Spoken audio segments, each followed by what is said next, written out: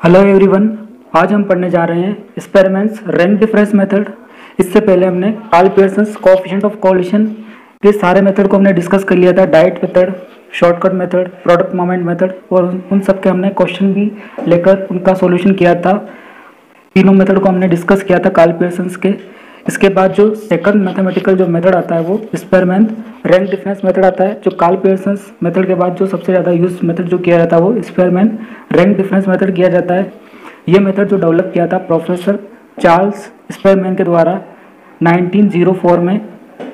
और ये method use कब आता है? जब quantitative measure for certain factor can not be determine. जब कुछ क्वांटिटेटिव मेजर के कुछ फैक्टर्स के क्वांटिटेटिव मेजर को हम डिटरमाइन नहीं कर पाते हैं, तो उस केस में हम जो मेथड यूज लेंगे वो कौन सा लेंगे? एक्सपेरिमेंट रैंक डिफरेंस मेथड, या इसको हम एक्सपेरिमेंट मेथड भी कहते हैं, एक्सपेरिमेंट रैंक मेथड भी कहते हैं। जैसे कुछ फैक्टर ऐसे होते हैं जिनको हम क्वांटिटेटिव मेजर में डिटरमाइन करना हमारे लिए संभव नहीं होता। जैसे फीमेल ब्यूटी हुई, इवोल्यूशन ऑफ लीडरशिप एबिलिटी हुई, किसी की इंटेलिजेंस हुई।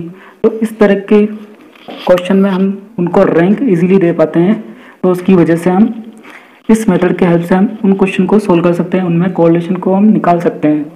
इसके अलावा कार्ल पियर्सन के मेथड में एक अजम्पशन थी, वो थी जो वेरिएबल जो होना चाहिए वो क्या होना चाहिए? नॉर्मली डिस्ट्रीब्यूटेड होना चाहिए। यानी जो भी वेरिएबल में हम कोरिलेशन निकाल रहे हैं, वेरिएबल एक्स और वेरिएबल वाई में, वो वेरिएबल क्या होना चाहिए?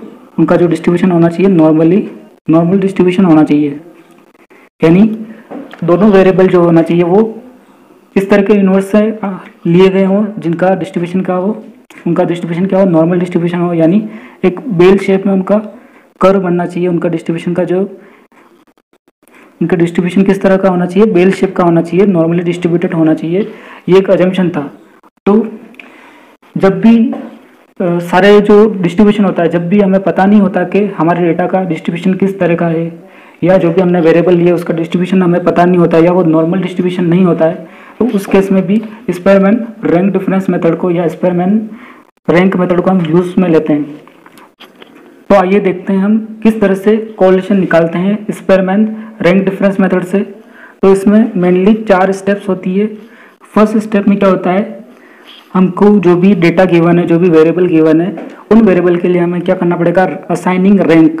तो हमें जैसे क्वेश्चन में हमें जो वेरिएबल जो गिवन होंगे, मान लीजिए 2 वेरिएबल गिवन है एक्स और वाई, तो उनके लिए हमें रैंकिंग करनी पड़ेगी। रैंकिंग हम असेंडिंग ऑर्डर में भी कर सकते हैं, डिसेंडिंग ऑर्डर में भी कर सकते हैं, वो जैसा हमको इजी लगे, या दोनों ही तरह से हम रैंकिंग कर सकते हैं असेंडिंग और डिसेंडिंग में, उससे कोई फर्क नहीं पड़ेगा। मगर अगर हम दोनों वेरिएबल को जो रैंकिंग दे रहे हैं वो सेम देनी होगी। यानी अगर एक वेरिएबल को हमने रैंकिंग असेंडिंग ऑर्डर में दी है, तो दूसरे वेरिएबल को भी हमें जो रैंकिंग देनी होगी वो भी असेंडिंग ऑर्डर में ही देनी होगी।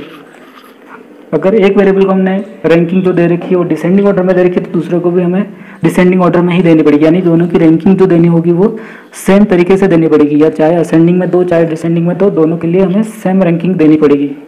इसके अलावा कभी कभी रिपीटेड डिजिट के केस में हमें जो रैंकिंग देनी होगी वो कौन सी देनी होगी? एवरेज रैंकिंग देनी होगी। तो इसको हम और क्वेश्चन में डिस्कस करेंगे कि एवरेज रैंकिंग कैसे देते हैं। तो जो भी रिपीटेड डिजिट होते हैं उनकी जो रैंकिंग देनी पड़ेगी, हमें एवरेज रैंकिंग देनी पड़ेगी। मान लीजिए 3 डिजिट रिपीट हो रहे हैं, 555 3 बार रिपीट हो रहे हैं, तो उनकी रैंकिंग हमें उनकी एवरेज रैंकिंग देनी पड़ेगी। तो वो क्वेश्चन में हम उसको डिस्कस करेंगे। इसके अलावा हमें क्या करना पड़ेगा? रैंकिंग देने के बाद हमें उनके रैंक का डिफरेंस कैलकुलेट करना पड़ेगा। उसको हम किससे लिखेंगे? डी से। जो रैंक डिफरेंस होता है वो क्या होता है? R1 minus R2। यहाँ पे हम 2 वेरिएबल में जब डिफरेंस निकालेंगे तो एक को R1 लिखेंगे, दूसरे को R2 लिखेंगे, और उनका रैंक डिफरेंस जो होगा वो R1 माइनस R2 होगा। इस तरह से हम क्या निकाल पाएंगे? सेकंड स्टेप में हम उसको निकाल पाएंगे, डी निकाल लेंगे, रैंक डिफरेंस हम निकाल लेंगे। इसके बाद हमें क्या करना पड़ेगा? इस जो डिफरेंस है इसका हमको क्या निकालना पड़ेगा? डी स्क्वायर निकालना पड़ेगा। यानी इस रैंक डिफरेंस का हमें क्या करना पड़ेगा? स्क्वायर निकालना पड़ेगा। तो थर्ड स्टेप में हम क्या करेंगे? हमने जो रैंक डिफरेंस निकाला उसका हम क्या करेंगे? स्क्वायर निकालेंगे। उसके बाद जो लास्ट स्टेप है उसमें हम क्या करेंगे? फॉर्मूला यूज़ करेंगे। जो एक्सपेरिमेंट के द्वारा जो गिवन जो फॉर्मूला है उसको यूज़ करेंगे। उसमें हमारे पास 2 केस होते हैं।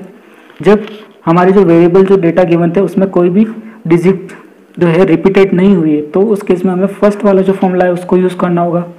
और अगर हमारे जो वेरिएबल में चाहे एक्स वेरिएबल हो चाहे वाई वेरिएबल हो, तो उन दोनों में से अगर किसी भी वेरिएबल में, एक्स वेरिएबल या वाई वेरिएबल में किसी में भी कोई डिजिट अगर रिपीट हुई है, तो उस केस में हमें जो फॉर्मूला यूज़ करना होगा वो सेकंड वाला फॉर्मूला यूज़ करना होगा। तो फॉर्मूला क्या है, जैसे जब कोई भी रिपीटेशन नहीं होता डिजिट का, तो उस केस में जो फॉर्मूला होता है R = 1 - 6 sigma D square. D का मीन्स जो होता है वो रैंक डिफरेंस होता है, और डी स्क्वायर मीन्स रैंक का डिफरेंस का स्क्वायर होता है। तो फॉर्मूला जो होता है वो क्या होता है, R = 1 - 6 sigma D square upon n bracket n square -1। तो इस फॉर्मूले का हम यूज़ करेंगे कोरिलेशन को निकालने के लिए। तो इस फॉर्मूले का हम यूज़ करेंगे जब हमारे क्वेश्चन में जो वेरिएबल और x और वेरिएबल y की जो वैल्यूज़ है वो रिपीटेड नहीं होती है, तो हमें इस वाले फॉर्मूले का यूज़ करना है। जबकि अगर हमारे जो वेरिएबल इस तरह के थे जिसमें कई सारी वैल्यू क्या हुई, रिपीटेड हुई, तो उस केस में हमें जो फॉर्मूला यूज़ करना होगा वो फॉर्मूला यूज़ करना होगा, ये सेकंड वाला जो फॉर्मूला है उसको यूज़ करना होगा। तो इस फॉर्मूले में थोड़ा सा ही डिफरेंस है बिल्कुल सिमिलर फॉर्मूला है। तो अपना फॉर्मूला क्या हो जाएगा, 1 - 6 bracket sigma D square plus 1/12 m1³ minus m1 plus 1/12 m2³ minus m2 dash dash dash dash. तो इस तरह से ये चलता रहेगा, जितनी रिपीटेड वैल्यू होगी उतना ही हमारे m की वैल्यू को बढ़ती जाएगी। अपॉन में है n ब्रैकेट n स्क्वायर -1। तो इस फॉर्मूले का यूज़ करना होगा जब भी हमारी जो वैल्यूज़ है वो रिपीटेड होती है, तो हमें सेकंड वाला फॉर्मूला यूज़ करना होगा। m का m1 m2 m3 इस तरह से जो वैल्यूज़ यहाँ पे आएगी उसका मीन्स होता है जो भी वैल्यूज़ रिपीटेड होती है, कितने टाइम्स वो वैल्यू रिपीटेड होती है। कोई भी वैल्यू अगर रिपीट हो रही है तो वो वैल्यू कितनी टाइम रिपीट हो रही है। अगर जैसे हमारे क्वेश्चन में 5 5 5 3 बार आया, तो हम m क्या लेंगे, m1 लेंगे 3। अगर इसके अलावा भी कोई अदर वैल्यू भी अगर रिपीट हो रही है, जैसे 6 6 2 टाइम रिपीट हो रही है, तो हम m2 क्या लेंगे, 2 लेंगे, क्योंकि 2 बार रिपीट हुई है। और जितनी भी अलग अलग वैल्यूज़ रिपीट होती है उसके लिए हमें m1 m2 m3 इस तरह से इसको डिनोट करना होगा। इसका हम और क्वेश्चन के इन दोनों फॉर्मूले के ऊपर, इन दोनों केसेस के में अलग अलग क्वेश्चन लेके मैं वीडियो लेके आऊँगा, और दोनों ही फॉर्मूले से क्वेश्चन कैसे सोल्व किया जाता है। जब कोई भी रिपीटेशन नहीं होता है डिजिट का, तो क्वेश्चन को कैसे सोल्व किया जाता है। जब क्वेश्चन में कोई भी वैल्यूज रिपीट हो रही है तब क्वेश्चन को कैसे सोल्व किया जाता है। दोनों ही केसेस में मैं आपके लिए क्वेश्चन लेके आऊँगा।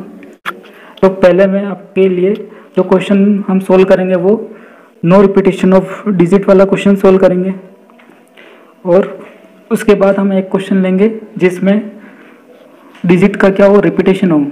तो एक एक करके हम दोनों फॉर्मूले से क्वेश्चन को किस तरह से सोल्व किया जाता है उन दोनों को प्रैक्टिकली हम सोल्व करेंगे। उम्मीद करता हूँ ये वीडियो आपको समझ में आया होगा। इस वीडियो में हमने पढ़ा था स्पेयरमैन रैंक डिफरेंस मेथड से किस तरह से हम क्वेश्चन को सोल्व करेंगे, क्या फॉर्मूला है। तो आपको ये फॉर्मूले याद रखना है, और ये जो स्टेप मैंने बताई है इन स्टेप के थ्रू हम क्वेश्चन को अगले वीडियो में क्वेश्चन को सोल्व करने की कोशिश करेंगे। तो thank you, bye bye now.